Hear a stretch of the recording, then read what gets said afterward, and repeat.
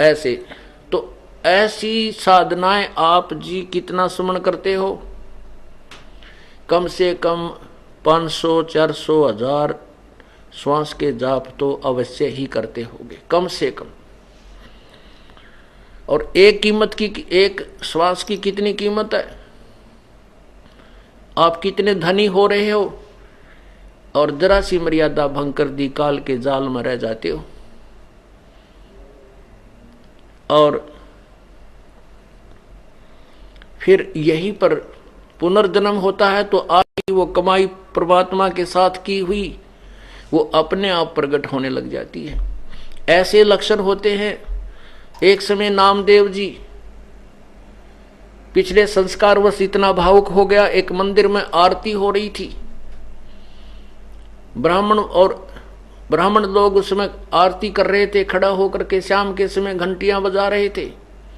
नामदेव जी वहां से घूम आ रहे थे किसी कामवश, इतने आत्म विभोर हो गए, अपने हाथों के जूते उठा करके ऐसे घंटियां बजाते हुए, और उन पंडितों के अंदर उस 20-30 जो पंडित जी खड़े थे उनके अंदर चले गए और मूर्ति के मंदिर के गेट के सामने जाकर खड़े हो गए, ऐसे बजा रहे हैं।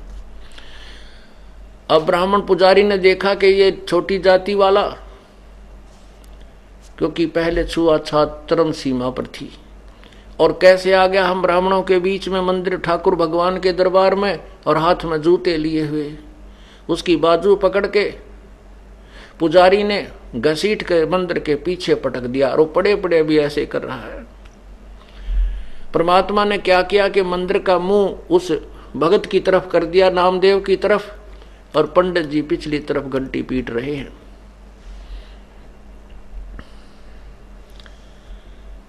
पुण्यात्माओं, यही परमात्मा कुछ समय के लिए अन्य वेश बनाकर ना जाने कहां प्रकट हो जाते हैं। आपने देखा होगा कि यहां एक संत रहते थे, लेकिन उनका ये नहीं मालूम, उन्हें कभी नहीं बताया वो कौन है, कहां से आए थे, कहां के रहने वाले थे। और संत से पहले लोग डरते बहुत थे, उसको ज्यादा छानबीन भी नहीं करते थे। ऐसे वो परमात्मा वहां प्रकट हुए, कबीर परमात्मा एक संत की वेशभूषा बना करके वहां रहने लगे। एक रंका और बंका नाम के पति पत्नी और साथ में उनकी एक पुत्री, वो तीनों परमात्मा के शिष्य हुए।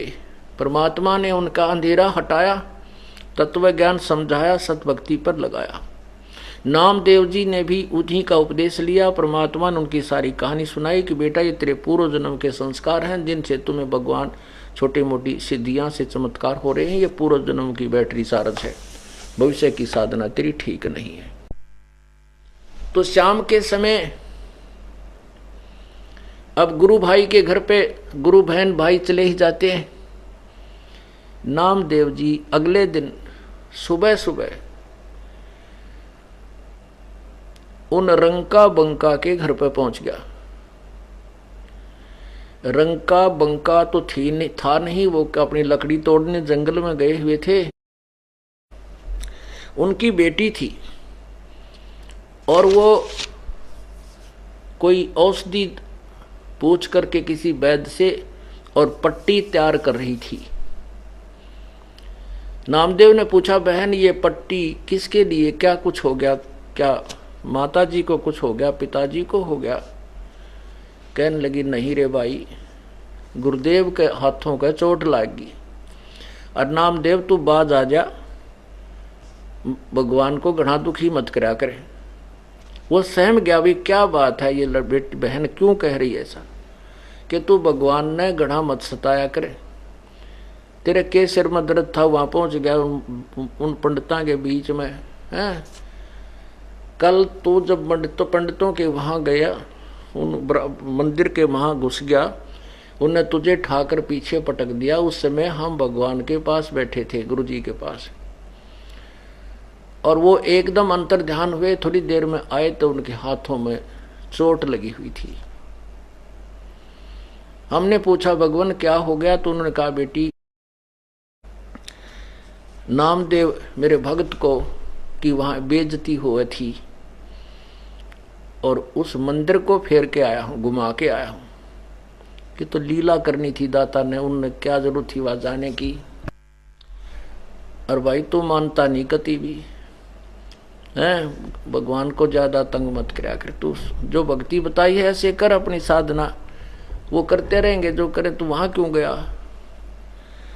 उसको बड़ा चिंता हुई, एकदम पानी पानी हो गए नामदेव जी, और जाकर देखा सचमुच उस संत के हाथों को चोट लगी हुई थी, छिले हुए थे, पट्टी बंधी हुई थी। वह लड़की गई, वो पट्टी खोली, दूसरी पट्टी बांधी। तब पुण्यात्माओं,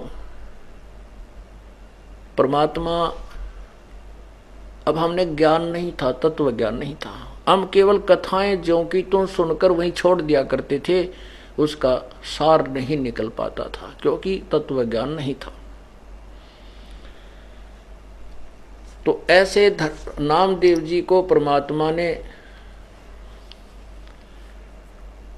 ये फिर सतनाम दिया, लेकिन आगे देने का अधिकार नहीं किया था। परमात्मा कहते नामा छिपा ओम तारी, पीछे सोम भेद बचार बिचारी, सार शब्द पाया जब लोई, आवागमन बहुर ना होई। नामदेव जी ने पहले गुरु भी बना रखा था, कोई संत, उससे उपदेश भी ले रखा था, ओम नाम का जाप करता था। वो सोचता था कि तो तेरे इस ओम नाम के जाप से सब कुछ हो रहा है। परमात्मा ने पीछे फिर उसको वास्तविक ज्ञान दिया। नामा छिपा ओम तारी, नामदेव जी छिपा जाति के अंदर थे। ओम नाम की लो ला रखी थी, तारी माने लो। और पीछे जब सतगुरु मिले तो तत्व तब सोहम भेद विचारी, और फिर परमात्मा ने उनको सार शब्द दिया, तब उनका मोक्ष हुआ नामदेव जी का। नामा छिपा ओम तारी, पीछे सोहम भेद विचारी, सार शब्द पाया जद लोई, आवागमन बहुर ना होई।